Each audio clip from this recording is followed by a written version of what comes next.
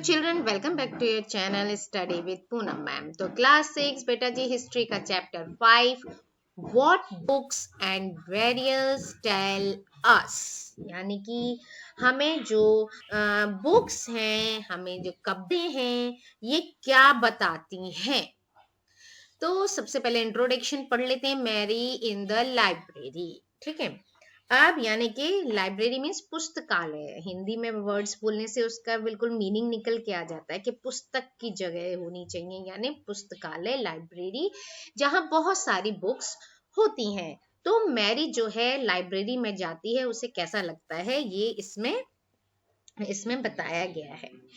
तो जो मैरी होती है, जैसे ही बेल रैंग होती है, बजती है, तभी जो उसके टीचर्स हैं वो बच्चों को कहते हैं चलिए हमारे साथ आइए और चलते हैं।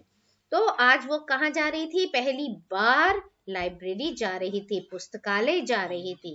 तो मैरी ने देखा कि यहाँ जो लाइब्रेरी है उसकी जो क्लास है उससे बहुत बड़ी थी। लाइब्रेरी तो बहुत बड़ी होती है क्योंकि उसमें बहुत सारे लोग बैठ के पढ़ सकें आराम से, पूरी एक क्लास आ जाए, फिर बुक्स रखने की जगह है ना, उसमें अलमीरा वगैरह बहुत सारी चीजें होती हैं, आपने भी देखा होगा। और अब तो कंप्यूटराइज्ड और हो गई हैं, तो और बहुत सारी फैसिलिटीज होती हैं। तो इस तरह से उसने देखा कि उस जो लाइब्रेरी है वो तो उसकी क्लास से बहुत बड़ा है, और यहाँ पर इतनी सारी बुक्स हैं, पूरे रैक जो हैं बुक से भरे हुए हैं। कोने में एक अलमारी उसने देखी, अलमीरा, और जो बहुत मोटी मोटी किताबों से भरी हुई थी, है ना। जो उसने देखा कि वहां पर इतनी मोटी मोटी किताबें हैं। जो मैरी है उसको एक अलमारी खोलने की उसको कोशिश करने लगी। जब वो अलमारी खोलने लगी तो उसके टीचर ने कहा कि उस अलमारी में अलग अलग धर्मों से, अलग अलग रिलीजियन से जुड़ी हुई बहुत ही इंपॉर्टेंट बुक्स हैं, है ना, बहुत इंपॉर्टेंट बुक्स है। क्या तुम्हें मालूम है हमारे पास वेदों का भी एक संग्रह है, वेद भी हमारे पास हैं। अब मैरी सोचने लगी कि ये वेद क्या होता है, क्योंकि अभी वो छोटे बच्चे थे, उससे पता नहीं था। तो चलिए अब देखते हैं हम कि वेद होते क्या हैं। One of the oldest book in the world, ठीक है, क्या है? दुनिया की प्राचीनतम ओल्डेस्ट ग्रंथों में एक है वेद। और आपने शायद इनके बारे में सुना भी होगा कि हमारे वेद होते थे, हमारे वेद पढ़ाए जाते थे, इस तरह की चीजें आपने अपने पेरेंट्स से या अपने दादा दादी से, ग्रैंड पेरेंट्स से, इन लोगों के मुंह से आपने सुना होगा। तो वेद जो होते हैं वो होते हैं 4। कितने होते हैं? There are 4 Vedas. जो कौन कौन से होते हैं? ऋग्वेद, देन सामवेद, फिर यजुर्वेद एंड अथर्ववेद। ये 4 होते हैं और ये बिल्कुल सीक्वेंस में लिखे गए हैं। सबसे पहले ऋग्वेद, फिर सामवेद, फिर Yajurveda and then last Atharvaveda. तो सबसे ओल्डेस्ट वेद कौन सा हुआ? वो है ऋग्वेद। इसको कंपोज किया था लगभग 3500 साल पहले, यानी 3500 ईयर्स एगो, या आप कह सकते हो 3500 ईयर्स एगो।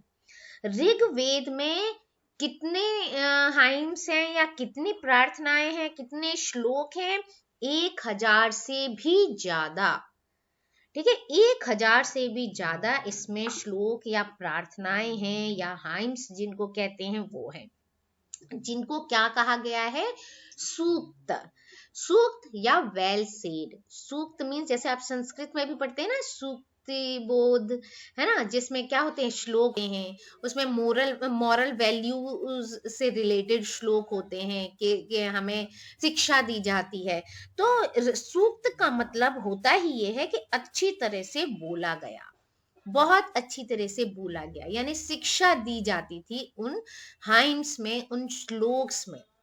और ये जो होते थे श्लोक या ये जो प्रार्थनाएं होती थी, वो अपने देवी देवताओं के लिए, यानी जो देवी देवताओं की स्तुति की गई थी, प्रार्थना की गई थी।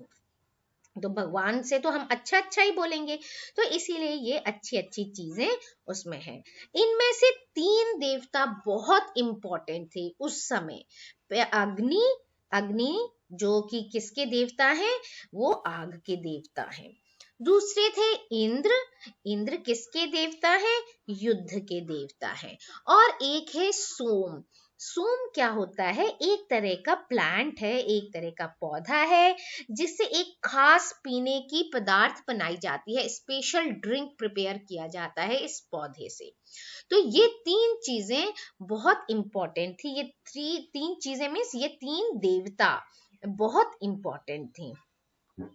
जो वैदिक प्रार्थनाएं होती थी, है ना, वैदिक प्रार्थनाएं जो होती थी, इनकी रचना, इनको कंपोज किसने किया था, ऋषिज जो होते थे उस जमाने के, जो प्रीस्ट होते थे, मतलब जैसे ऋषि हैं, आचार्य हैं, पढ़ाने वाले हैं, वही होते थे। अब जो ये आचार्य होते थे, जो टीचर होते थे, ये जो अपने स्टूडेंट को इनको कैसे पढ़ाते थे, अक्षरों, शब्दों और वाक्यों में बांट कर, मतलब उस समय ये हर चीजें उनको प्रोनाउंसिएशन भी सही होना चाहिए, क्योंकि उस समय क्या था, लिखने का सिस्टम नहीं था। आप वर्बली टीचर जो था बच्चों को पढ़ाते थे, उनका प्रोनाउंसिएशन ठीक करते थे, उनके वर्ड्स ठीक करते थे, सेंटेंस कैसे बनाना है, ये सारी चीजें सिखाई जाती थी, और वर्बली। तो इस तरह से ये सारी चीजें, और सस्वर मतलब गा गा कर बिल्कुल कंठस्थ करवा देते थे, बिल्कुल अच्छे से याद करवा देते। और ज्यादातर जो सूक्त के रचयिता थे, यानी जो ये सूक्त लिखते थे, ये प्रार्थनाएं लिखते थे, वो कौन होते थे, सीखने या सिखाने वाले पुरुष ही होते थे। सीखने सिखाने वाले जैसे टीचर या स्टूडेंट ही होते थे। अब बहुत सारे स्टूडेंट भी क्या होते हैं कि वहीं पे बिल्कुल मतलब इस तरह से होते हैं कि वहीं से लिखना शुरू कर देते हैं, है ना। राइटर भी जो होते हैं वो बचपन से ही धीरे धीरे धीरे धीरे बनने लगते हैं। तो ऐसे ही वो सीखने और सिखाने वाले पुरुष होते थे। कुछ प्रार्थनाओं की रचनाएं महिलाओं ने भी की थी, ऐसा आता है। अच्छा, ऋग्वेद की जो भाषा थी, लैंग्वेज जो है ऋग्वेद की, वो कैसी है, वो प्राक संस्कृत, या जिसको कहते हैं वैदिक संस्कृत, वो कहलाती थी। यानी जो हम अभी स्कूल वगैरह में संस्कृत पढ़ते हैं उससे थोड़ा सा डिफरेंट थी, मतलब वो बिल्कुल प्योर लैंग्वेज थी, प्योर संस्कृत है, इसीलिए वो अलग ही होती थी संस्कृत। अभी हमारे लिए थोड़ा सा इजी करके पढ़ाते हैं, ये संस्कृत बिल्कुल अलग होती है। क्लियर। फिर है, हम जिन किताबों को पढ़ते हैं, हम जिन बुक्स को पढ़ते हैं, वो कैसी होती हैं, आपको पता है, वो लिखित होती हैं, यानी लिखी हुई होती हैं, प्रिंटेड होती हैं, है ना। अब ये बुक जो हम सामने देख रहे हैं, ये क्या है, लिखी हुई है ना, प्रिंटेड है। लेकिन ऋग्वेद का क्या किया जाता था, उच्चारण किया जाता था और श्रवण किया जाता था, यानी सुना जाता था और उसको बोला जाता था, ना कि पढ़ा जाता था। यानी देख के उसको पढ़ ले, अपने आप सीख ले, नहीं, ऐसा नहीं होता था। ये रिटन वर्क जो है, ये जो रचना का काम है, वो तो बहुत सदियों बाद, सेंचुरीज लग गई, उसके बाद पहली बार लिखा गया। और इसे छापने का काम तो मुश्किल से 100-200 साल पहले ही हुआ है। मतलब पहले जमाने में ऐसे ये माना जाता था कि बुक से देख के पढ़ना मतलब सबसे बुद्धू बच्चा है। वहां सिर्फ ऐसे कि सुना, याद करो, और बिल्कुल हैंड टू हैंड, जैसे हम अभी आजकल वो अपना मोबाइल लेके घूमते हैं, ऐसे वो अपने माइंड में ये सारी चीजें लेकर घूमते थे कि हाँ, पूछो हम फौरन बता देंगे, इस तरह की। और जो बुक से पढ़ने का तो सवाल ही नहीं होता था, वो उधर तक तो जाती नहीं थी बात, इसीलिए उस समय लिखा नहीं गया, कोई चीज लिखी नहीं गई, सिर्फ टीचर्स रिसाइट करते थे, बच्चे सुनते थे और याद करते थे। Now, how historians study the Rigveda. जो हिस्टोरियंस हैं वो ऋग्वेद का अध्ययन कैसे करते हैं। हिस्टोरियंस जो होते हैं वो भी आर्कियोलॉजिस्ट की ही तरह जो पास्ट होता है, अतीत होता है, उसके बारे में जानकारी इकट्ठा करते हैं, है ना। लेकिन इनका मटेरियल जो होता है वो क्या होता है, भौतिक के अलावा लिखित भी मिलना चाहिए। भौतिक मीन्स जैसे वो आर्कियोलॉजिस्ट क्या होते हैं, अरे ये कुछ बर्तन मिल गए, कुछ घड़े मिल गए, चूल्हे मिल गए, और हमने अभी पहले पढ़ा जैसे अनाज के जले हुए भाग मिल गए, फिर उसका एक्सपेरिमेंट करते हैं कि कितने साल पुराना होगा, क्या होगा, तो इससे वो पता लगा लेते हैं कि ये किस टाइम का होगा। लेकिन जो हिस्टोरियंस हैं उनको लिखित चीजें भी मिलनी चाहिए, है ना, कुछ लिखा हुआ, कुछ पिक्चराइज किया हुआ, तभी वो कर सकते हैं। इसीलिए चलिए अब देखते हैं वो कैसे करते होंगे। तो ऋग्वेद में कुछ क्या है, सूक्त वगैरह जो है वार्तालाप के रूप में है। वार्तालाप मीन्स डायलॉग्स के रूप में है। अब डायलॉग्स बोलने के उसमें है, यहाँ आपको अभी नेक्स्ट पेज में जो ये दिया हुआ है, विश्वामित्र नामक एक ऋषि है, वो देवियों के रूप में पूजित थी। हमारे यहाँ तो नदियों की भी पूजा की जाती है ना, तो इसीलिए देवियों के रूप में पूजित दो नदियां हैं, व्यास और सतलुज, उनके बीच में एक डायलॉग हुआ है, एक संवाद हुआ है। ऐसे ही सूक्त का जो ऋग्वेद में लिखा हुआ है उसका है। तो यहाँ पर दिया हुआ ये नीचे, ये देखिए, विश्वामित्र एंड द रिवर्स, इनके बीच में कन्वर्सेशन हुआ है। अब यहाँ देखिए ये पेज दिख रहा है आपको, ये पेज क्या है, एक मैन्युस्क्रिप्ट है ऋग्वेद से मिली हुई, ठीक है।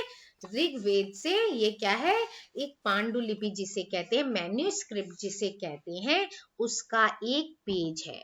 इस मैन्युस्क्रिप्ट ये कैसे बनी है, ये भूर्ज नाम का एक पेड़ होता है, उसकी छाल पर लिखी ये मैन्युस्क्रिप्ट कहाँ से मिली है, कश्मीर से पाई गई है। और ये लगभग 150 साल पहले ऋग्वेद की सबसे पहली बार छापने के लिए, ऋग्वेद को कैसे छापा जाए क्या है, उसके लिए इसका यूज किया गया था, ठीक है। और इसी मैन्युस्क्रिप्ट को देखकर इंग्लिश का भी ट्रांसलेशन, इंग्लिश में भी ट्रांसलेशन किया गया था। और ये जो मैन्युस्क्रिप्ट है ये अब यहाँ पर है, ये पुणे महाराष्ट्र के एक लाइब्रेरी में बिल्कुल सुरक्षित रखी हुई है, इसको प्रिजर्व करके रखा गया है, क्योंकि ये बहुत पुरानी मैन्युस्क्रिप्ट है, हमें मिली हुई, लिखी हुई, ठीक है। तो इसी से ही तो आगे की चीजें हम जान पाएंगे। तो इस वीडियो में इतना ही। आगे ये विश्वामित्र और ये रिवर में क्या कन्वर्सेशन हुआ था ये आप जरूर पढ़ लीजिएगा, ठीक है, तो आपको और अच्छा लगेगा, इसको बुक को पढ़ने में भी मजा आएगा। So thank you, like share and subscribe my channel.